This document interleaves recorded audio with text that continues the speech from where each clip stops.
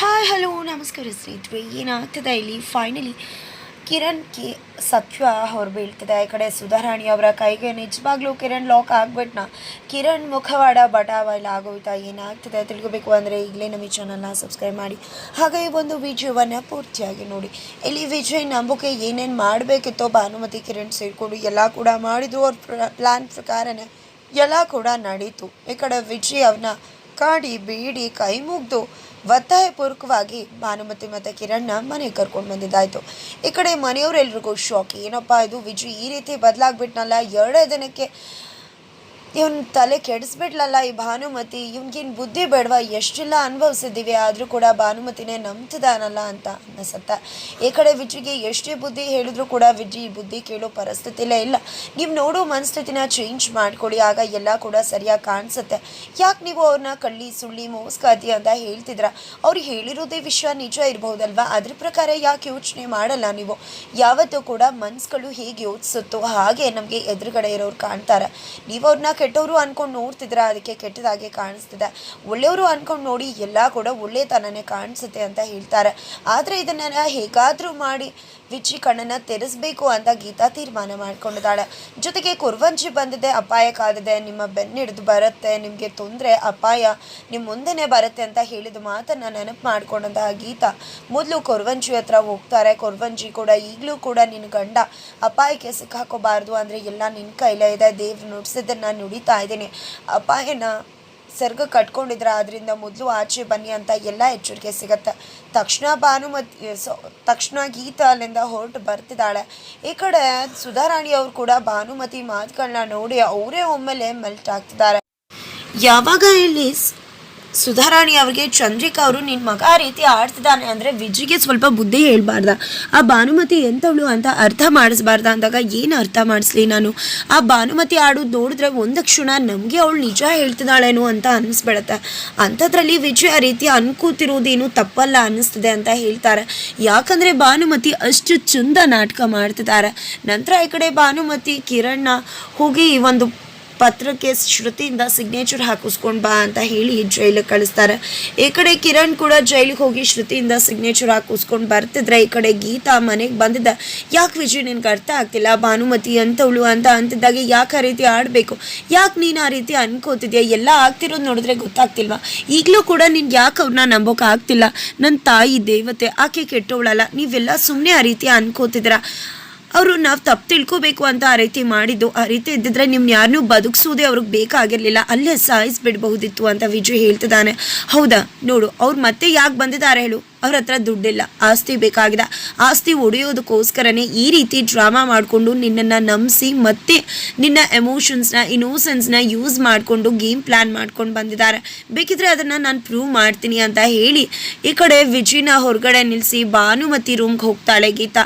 ಅವಳನ್ನು ಹೇಗಾದರೂ ಮಾಡಿ ಪುಲ್ ಮಾಡಿ ಅವಳನ್ನ ರೇಗಿಸಿ ಅವಳಿಂದ ಸತ್ವನ ಬಾಯಿ ಬಿಡಿಸ್ಬೇಕು ಅನ್ನೋದು ಗೀತಾ ಇಂಟೆನ್ಷನ್ ಆಗಿದೆ. ಈ ಕಡೆ ಗೀತಾ ನನಗೆ ಗೊತ್ತಿದೆ ಭಾನುಮತಿ, ನೀನು ವಿಜಯ್ ಹತ್ರ ಡ್ರಾಮಾ ಮಾಡ್ಬೋದು, ನಾಟಕ ಮಾಡ್ಬೋದು, ಆದರೆ ನೀನು ಯಾವ ನಾಟಕನ ಕೂಡ ನಾವು ಯಾರೂ ನಂಬೋದಿಲ್ಲ. ನೀನು ಯಾಕೆ ಇಲ್ಲಿಗೆ ಬಂದಿದ್ಯಾ ಅಂತ ಗೊತ್ತು, ಆಸ್ತಿ ಬೇಕಾಗಿದೆ ಅದಕ್ಕೋಸ್ಕರ ಇಲ್ಲಿಗೆ ಬಂದಿದ್ಯಾ ಅಲ್ವಾ ಅಂತ ಕೇಳ್ತಿದ್ದಾಳೆ. ಈ ಕಡೆ ವಿಜಯ್ ಎಲ್ಲವನ್ನ ಕೂಡ ನಿಂತ್ಕೊಂಡು ಕೇಳಿಸ್ಕೊತಿದ್ದಾನೆ. ಬಿಕಾಸ್ ಅವನಿಗೆ ಒಂದು ದೊಡ್ಡ ಶಾಕ್ ಆಗಿದೆ. ಈ ಕಡೆ ಭಾನುಮತಿ ಸರಿಯಾಗಿ ಹೇಳ್ದೆ ಗೀತಾ, ನಿಜ ನೀನು ಸರಿಯಾಗಿ ಕಂಡು ಹಿಡ್ದಿದ್ಯಾ, ನಾನು ನಾಟಕ ಮಾಡಿದೆ, ನಾನೇ ಕೊಲೆ ಮಾಡಿ ಆ ಕೊಲೆನ ನನ್ನ ಮಗಳ ಮೇಲೆ ಆಪಾದನೆ ಹಾಕಿ ಅವಳನ್ನ ಜೈಲಿಗೆ ಕಳಿಸಿ ನಾನು ಹೊರಗಡೆ ಬಂದೆ. ಆಸ್ತಿ ಹೊಡಿಬೇಕು ಅನ್ನೋದೇ ನನ್ನ ಇಂಟೆನ್ಷನ್. ಅದಕ್ಕೋಸ್ಕರನೇ ಈ ರೀತಿ ಎಲ್ಲ ಪ್ಲ್ಯಾನ್ ಮಾಡಿ ವಿಜಯ್ ಮುಂದೆ ನಾಟಕ ಮಾಡಿ ಅವನ ವಿಶ್ವಾಸನ ನಂಬಿಕೆನ ಗಳಿಸ್ಕೊಂಡು ಈ ಮನೆಗೆ ಬಂದಿದ್ದೀನಿ ಅಂತ ಹೇಳ್ತಿದ್ದಾಗೆ ವಿಜಯ್ ಹೃದಯ ಹೊಡೆದೋಗುತ್ತೆ. ಈ ಕಡೆ ಗೀತಾ ನನ್ನ ಸಕ್ಸಸ್ ಅಂತ ಹೇಳಿ ಬೀಗ್ತಿದ್ದಾಳೆ. ಬಟ್ ಒಂದು ಬಿಗ್ ಟ್ವಿಸ್ಟ್ ಸಿಗುತ್ತೆ. ಈ ಕಡೆ ಭಾನುಮತಿ ಇದೇ ರೀತಿ ಅಲ್ಲ ಹೇಳಬೇಕು ಅಂತ ನಿನ್ಗೆ ಅನಿಸಿರೋದು, ನಾನು ಇದಕ್ಕೆ ಬಂದಿದ್ದೀನಿ ಅಂತ, ಆದರೆ ಇದ್ಯಾವುದೂ ಕೂಡ ನಿಜ ಅಲ್ಲ, ನಿನಗೆ ನೀನೇ ಈ ರೀತಿ ಎಲ್ಲ ಅನ್ಕೋತಿದ್ಯಾ, ನನ್ನ ಮನಸ್ಸಲ್ಲಿ ಅಂತ ಯಾವ ಆಲೋಚನೆ ಕೂಡ ಇಲ್ಲ ಅಂತ ಹೇಳ್ತಿದ್ದಾರೆ. ಇದರಿಂದಾಗಿ ಗೀತಾ ಸೋಲ್ತಾಳೆ. ಈ ಕಡೆ ವಿಜಯ್ ಖುಷಿ ಪಡ್ತಿದ್ದಾನೆ, ನನ್ನ ನಂಬಿಕೆ ಸುಳ್ಳಾಗಿಲ್ಲ, ನನ್ನಮ್ಮ ಏನು ಅನ್ನೋದು ಗೀತಾಗೂ ಕೂಡ ಅರ್ಥ ಆಯಿತು ಅಂತ. ಆದರೆ ಈ ಕಡೆ ಗೀತಾಗೆ ಏನೂ ಹೇಳೋ ಪರಿಸ್ಥಿತಿಲಿಲ್ಲ. ಆದರೆ ಈ ಕಡೆ ಭಾನುಮತಿಗೆ ತುಂಬ ಚೆನ್ನಾಗಿ ಗೊತ್ತಿದೆ ಗೀತಾ ಯಾವ ರೀತಿ ತನ್ನನ್ನು ಟ್ರ್ಯಾಪ್ ಮಾಡ್ತಾಳೆ ಅಂತ. ಅದಕ್ಕೋಸ್ಕರನೇ ಅವಳು ತೋಡಿರೋ ಹಳ್ಳದಲ್ಲಿ ಅವಳನ್ನೇ ಬೀಳಿಸ್ಬಿಟ್ರು ಭಾನುಮತಿ. ನಂತರ ಈ ಕಡೆ ಕೆಳಗಡೆ ಇರಬೇಕಿದ್ರೇ ಕಿರಣ್ ಬರ್ತಾನೆ. ಕಿರಣ್ ಬರ್ತಿದ್ದಾಗೆ ಎಲ್ಲರೂ ಕೂಡ ಇದ್ದಾರೆ ವಿಜಯ್ ಸಮೇತ. ಈ ಕಡೆ ಅಮ್ಮಗೆ ಪತ್ರ ಕೊಡ್ತಾನೆ. ಈ ಕಡೆ ವಿಚ್ಚಿ ಕೊಡು ಕಿರಣ್ ಅಂತ ಹೇಳ್ತಿದ್ದಾಗೆ, ತಗೊಳ್ಳಿ ಅಣ್ಣ, ಈ ಒಂದು ಪತ್ರದಲ್ಲಿ ನನ್ನ ಮತ್ತು ಶ್ರುತಿ ಇಬ್ಬರು ಸಿಗ್ನೇಚರ್ ಕೂಡ ಇದೆ. ಇದು ಆಸ್ತಿ ಪತ್ರ. ನಮಗೆ ಇದರಲ್ಲಿ ಯಾವುದೇ ರೀತಿಯ ಆಸ್ತಿ ಬೇಡ. ಎಲ್ಲರೂ ಕೂಡ ನನ್ನಮ್ಮ ಇಲ್ಲಿ ಆಸ್ತಿಗೋಸ್ಕರ ಬಂದಿದ್ದಾಳೆ ಅಂತ ಅನ್ಕೋತಿದ್ದಾರೆ. ಆ ರೀತಿ ನನ್ನಮ್ಮನ ಬಗ್ಗೆ ಆ ರೀತಿ ಮಾತಾಡೋದನ್ನು ಕೇಳಿಸ್ಕೊಂಡು ನನ್ನಿಂದ ಸುಮ್ಮನಿರೋಕ್ಕಾಗ್ತಿಲ್ಲ. ನಮ್ಮಮ್ಮ ಆಗಲಿ ನಾವಾಗಲಿ ದುಡ್ಗೋಸ್ಕರ ಬಂದಿಲ್ಲ, ಪ್ರೀತಿಯಿಂದಾಗಿ ಬಂದಿರೋದು ಅಷ್ಟೇ ಹೊರತು ಯಾವ ದುಡ್ಗೋಸ್ಕರ ಅಲ್ಲ. ನನಗೆ ಈ ಆಸ್ತಿಲಿ ಯಾವುದೇ ರೀತಿ ಪಾಲು ಬೇಡ. ನನ್ನ ತಂಗಿ ತಪ್ಪು ಮಾಡಿದಾಳೆ. ಶ್ರುತಿಯಿಂದ ನಿಮಗೆ ಅನ್ಯಾಯ ಆಗಿದೆ, ನನಗೂ ಅನ್ಯಾಯ ಆಗಿದೆ. ಆದರೆ ನನಗಿಂತ ಜಾಸ್ತಿ ನಿಮಗೆ ಅನ್ಯಾಯ ಆಗಿದೆ. ಅದನ್ನು ನಷ್ಟನ ತುಂಬಿಕೊಡೋಕೆ ನಮ್ಮಿಂದ ಸಾಧ್ಯ ಇಲ್ಲ. ಆದರೆ ಇದರಲ್ಲಿ ನಮ್ಮ ಅಮ್ಮನ ಸಿಗ್ನೇಚರ್, ನಮ್ಮದೆಲ್ಲ ಸಿಗ್ನೇಚರ್ ಇದೆ, ತಗೋ, ಎಲ್ಲ ಆಸ್ತಿ ಕೂಡ ನೀನೇ ಇಟ್ಕೋ ಅಂತ ಹೇಳ್ತಿದ್ದಾಗೆ, ಯಾವ ಆಸ್ತಿ ಪತ್ರ ಅಂತ ಹೇಳಿ ಅರ್ಧೆ ಬಿಸಾಡ್ತಾನೆ ಈ ಕಡೆ ವಿಜಿ. ನನ್ನ ಅಮ್ಮನಿಗಿಂತ ಬೇರೆ ಆಸ್ತಿ ಬೇಕಾಗಿಲ್ಲ. ಈ ಆಸ್ತಿ ಪತ್ರಕ್ಕಿಂತ ಪ್ರೀತಿ ಅನ್ನೋ ಆಸ್ತಿ ಮುಖ್ಯ. ಅದು ನನಗೆ ಹೆಚ್ಚಿನ ಪಾಲು ಸಿಕ್ಕಿದೆ. ಅದನ್ನು ಹೊರತಾಗಿ ನನಗೆ ಯಾಕೆ ಬೇಕು ಅಂತಿದ್ದಾಗೆ, ನಿನ್ನಂಥ ಅಣ್ಣ ಪಡೆಯೋಕೆ ನಾವು ಪುಣ್ಯ ಮಾಡಿದ್ವಿ. ಇಡೀ ಜೀವನ ನನ್ನ ಸೇವೆ ಮಾಡಿಕೊಂಡು ಲಕ್ಷ್ಮಣನ ಥರ ಇದ್ಬಿಡ್ತೀನಿ, ಎಷ್ಟು ಒಳ್ಳೆಯವ್ ನೀನು ಅಂತ ಕಿರಣ್ ಹೇಳ್ತಿದ್ದಾನೆ. ನಂತರ ಅಮ್ಮನ ಕರ್ಕೊಂಡು ಮೇಲ್ಗಡೆ ರೂಮ್ಗೆ ಹೋಗುವ ಅಂತ ಹೇಳ್ತಿದ್ದಾಗೆ, ಅಮ್ಮನ ಕರ್ಕೊಂಡು ಹೋಗ್ತಿದ್ರೆ ತುಂಬ ಇನ್ನೋಸೆಂಟಾಗಿ ಬಿಹೇವ್ ಮಾಡ್ತಿದ್ದಾರೆ ಭಾನುಮತಿ. ನೋಡಿದ್ಯಾ ಗೀತಾ, ಈಗಲಾದರೂ ಗೊತ್ತಾಯ್ತಾ? ಹೇಳ್ತಿದ್ದೆ ಅಲ್ವಾ ಆಸ್ತಿಗೋಸ್ಕರ ಅಮ್ಮ ಬಂದಿದ್ದಾರೆ ಅಂತ.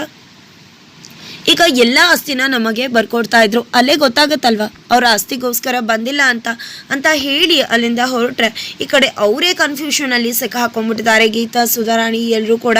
ಈ ಕಡೆ ಅಮ್ಮ ನೀನು ಡ್ರಾಮಾ ಸೂಪರ್ ಮಾಮ, ನನಗೆ ನೀನು ಯಾಕೆ ಸಿಗ್ನೇಚರ್ ಮಾಡಿಸ್ಕೊಂಡು ಬಾ ಅಂತ ಹೇಳ್ದಾಗ ನಂಗೆ ಅರ್ಥನೇ ಆಗಿಲ್ಲ, ಯಾಕೆ ಈ ರೀತಿ ಹೇಳಿದೆ ಅಂತ. ಆದರೆ ಇವಾಗ ವಿಜಿ ಆ ಪೇಪರ್ನ ಅರ್ಥ ಬಿಸಾಡ್ದಾಗ ಗೊತ್ತಾಯಿತು. ಹೀಗಮ್ಮ ಫೈಂಡ್ ಔಟ್ ಕ್ಯಾಲ್ಕುಲೇಟ್ ಮಾಡಿದೆ, ಅಣ್ಣ ಅದೇ ರೀತಿ ಮಾಡ್ತಾನೆ ಅಂತ ಅಂದಾಗ ನಂಬಿಕೆ, ಟ್ರಸ್ಟ್, ಅವ್ನು ಬೆಳೆಸಿದ್ದಾನು, ಅವ್ನು ಎಮೋಷನಲ್ ಅಂತ ನಂಗೆ ತುಂಬ ಚೆನ್ನಾಗಿ ಗೊತ್ತು. ಈ ರೀತಿ ಮಾಡಿದ್ರೆ ಇದೇ ರೀತಿ ಆಗುತ್ತೆ ಅಂತ ಗೊತ್ತು, ಅದಕ್ಕೆ ಈ ಡ್ರಾಮಾ ಮಾಡಿದ್ದು. ಅದರಿಂದಾಗಿ ಅವನಿಗೆ ನಾವು ಆಸ್ತಿಗೆ ಬಂದಿಲ್ಲ ಅಂತ ಬೇರೆಯವ್ರು ಹೇಳೋ ಮಾತುಗಳು ಸುಳ್ಳು ಅನ್ನೋದು ಅರ್ಥ ಆಗುತ್ತೆ. ಇದೇ ರೀತಿ ನಾಟಕಗಳನ್ನ ನಾವು ಮಾಡ್ತಾನೆ ಇರಬೇಕು ಅಂತ ಹೇಳ್ತಾರೆ. ಏನಮ್ಮ ಈಗ ಅಣ್ಣ ಕೈಗೊಂಬೆ ಆಗಿದಾನಲ್ವ, ನನ್ನ ಕೆಲಸ ಮಾಡ್ಕೋಬಹುದಲ್ವ ಅಂತಿದ್ದಾಗೆ, ಇಲ್ಲ ಅಷ್ಟು ಸುಲಭ ಅಲ್ಲ. ಅವ್ನು ಕೈಗೊಂಬೆ ಆಗಿರೋದು ನಿಜ, ನಮ್ಮನ್ನು ನಂಬ್ತಿರೋದು ನಿಜ. ಆದರೆ ನಂಬಿಕೆನ ಗೀತಾ ಯಾವಾಗ ಬೇಕಿದ್ರೂ ಹೊಡೆದಾಕ್ಬಿಡ್ತಾಳೆ. ಅದಕ್ಕೋಸ್ಕರ ನಮ್ಮ ಎಚ್ಚರಿಕೆಯಿಂದ ನಾವಿರಬೇಕು. ಹಾಗಾಗಿ ಇಂಥ ಒಂದು ಸಿಚುವೇಶನ್ಸ್ನ ಕ್ರಿಯೇಟ್ ಮಾಡಿ ಡ್ರಾಮಾ ಮಾಡ್ತಿರ್ಬೇಕು. ಅವನ ಮನಸ್ಸಲ್ಲಿ ಗೊಂದಲಗಳು ಮೂಡು ಹಾಗೆ ಮಾಡಬೇಕು ಅಂತ ಹೇಳ್ತಿದ್ದಾರೆ. ಜೊತೆಗೆ ಈ ಕಡೆ ಸುಧಾರಾಣಿಯವರು ಎಲ್ಲರೂ ಕೂಡ ಮಲ್ಕೊಂಡಿದ್ದಾರೆ, ಕತ್ತಲಾಗಿದೆ. ಆದರೆ ಈ ಕಡೆ ಕಿರಣ್ಗೆ ಒಂದು ಕಾಲ್ ಬರುತ್ತೆ, ಅದು ಲವರ್ ಕಾಲ್ ಅಂತ ಅನಿಸುತ್ತೆ. ಈ ಕಡೆ ಕಾಲ್ ರಿಸೀವ್ ಮಾಡ್ತಿದ್ದಾಗೆ ಟೆರೆಸ್ ಮೇಲೆ ಬಂದು ಮಾತಾಡ್ತಿದ್ದಾನೆ. ಈ ಕಡೆ ಎಸ್ಸತಿ ನಾನು ನಿನಗೆ ಹೇಳಬೇಕು, ಕಾಲ್ ಮಾಡಬೇಡ ಅಂತ ಹೇಳಿದೆ ಅಲ್ವಾ, ನಾನು ದುಡ್ಡು ಸೆಟ್ಲು ಆಗ್ತಿದ್ದಾಗೆ ಬರ್ತೀನಿ ಅಂತ. ಅದನ್ನು ಬಿಟ್ಟು ಪದೇ ಪದೇ ಯಾಕೆ ಕಾಲ್ ಮಾಡ್ತಿದ್ದೆ ಅಂತ ಮಾತಾಡ್ತಿದ್ದೆ, ಏನಿದು, ಯಾರು ಇಷ್ಟೊತ್ತಲ್ಲಿ ಮಾತಾಡ್ತಿರೋದು ಅಂತ ಸುಧಾರಾಣಿಯವರು ಟೆರೆಸ್ ಹತ್ರ ಬರ್ತಾರೆ. ಕಿರಣ್ ಮಾತಾಡೋದು ನೋಡಿ ಅಲ್ಲೇ ನಿಂತ್ಕೊಂಡು ಕೇಳಿಸ್ಕೊತಿದ್ದಾರೆ. ನಾನು ಇಲ್ಲಿಗೆ ಬಂದಿರೋದೇ ದುಡ್ಡುಗೋಸ್ಕರ. ದುಡ್ಡಿನ ಮೂಲ ಯಾವುದು ಅಂತ ಹುಡ್ಕೊಂಡು ಮೊದಲು ದುಡ್ಡು ಯಾವ ಕಡೆಯಿಂದ ಬರುತ್ತೋ ಆ ಕಡೆಯಿಂದ ದುಡ್ಡನ್ನು ಬಾಚಿಕೊಂಡು ಒಮ್ಮೆ ಸೆಟಲ್ ಆಗಿ ಇಲ್ಲಿಂದ ಹೊರಗಡೆ ಬರ್ತಾ ಇರ್ತೀನಿ. ಆಮೇಲೆ ನಾನು ನೀನು ಇಬ್ಬರು ಕೂಡ ಸೆಟಲ್ ಆಗ್ಬೋದು. ಅದಕ್ಕೆ ತಾನೇ ಇಲ್ಲಿ ಬಂದಿರೋದು. ಒಟ್ಟಿಗೆ ಆಸ್ತಿ ನನ್ನ ಕೈ ಸೇರ್ತಿದ್ದಾಗ ಇಲ್ಲಿಂದ ನಾನು ಗಾಯಬ್ ಮಾಡ್ತೀನಿ ಅಂತ ಹೇಳ್ತಿದ್ದಾನೆ. ಈ ಮಾತು ಕೇಳಿದ್ದೆ ಸುಧಾರಾಣಿಯವರು ಶಾಕ್ ಆಗ್ತಿದ್ದಾರೆ. ಬಿಕಾಸ್ ಕಿರಣ್ ತುಂಬ ಒಳ್ಳೆ ಹುಡುಗ ಅಂತ ಅಂದ್ಕೊಂಡಿದ್ರು.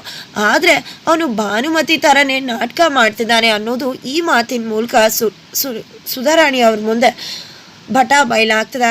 ಆದರೆ ಸುಧಾರಾಣಿಯವರು ತನಗೆ ಈ ವಿಷಯ ಗೊತ್ತಿದೆ, ನೀನೊಬ್ಬ ಕಳ್ಳ, ಸುಳ್ಳ, ನೀನೊಬ್ಬ ಮೋಸ್ಗಾರ ಅನ್ನೋದನ್ನು ಅವನ ಮುಂದೆನೇ ತೋರಿಸ್ಬಿಡ್ತಾರ, ಅಥವಾ ಅದನ್ನು ಹೈಡ್ ಮಾಡಿ ಸಾಕ್ಷಿ ಸಮೇತ ಇಟ್ಕೊಡೋ ಪ್ರಯತ್ನ ಮಾಡ್ತಾರ. ಏನಾಗುತ್ತೆ ತಿಳ್ಕೊಬೇಕು ಅಂದರೆ ಈಗಲೇ ನಮ್ಮ ಈ ಚಾನಲ್ನ ಸಬ್ಸ್ಕ್ರೈಬ್ ಮಾಡಿ, ಹಾಗೆ ಈ ಒಂದು ವಿಡಿಯೋವನ್ನು ಪೂರ್ತಿಯಾಗಿ ನೋಡಿ.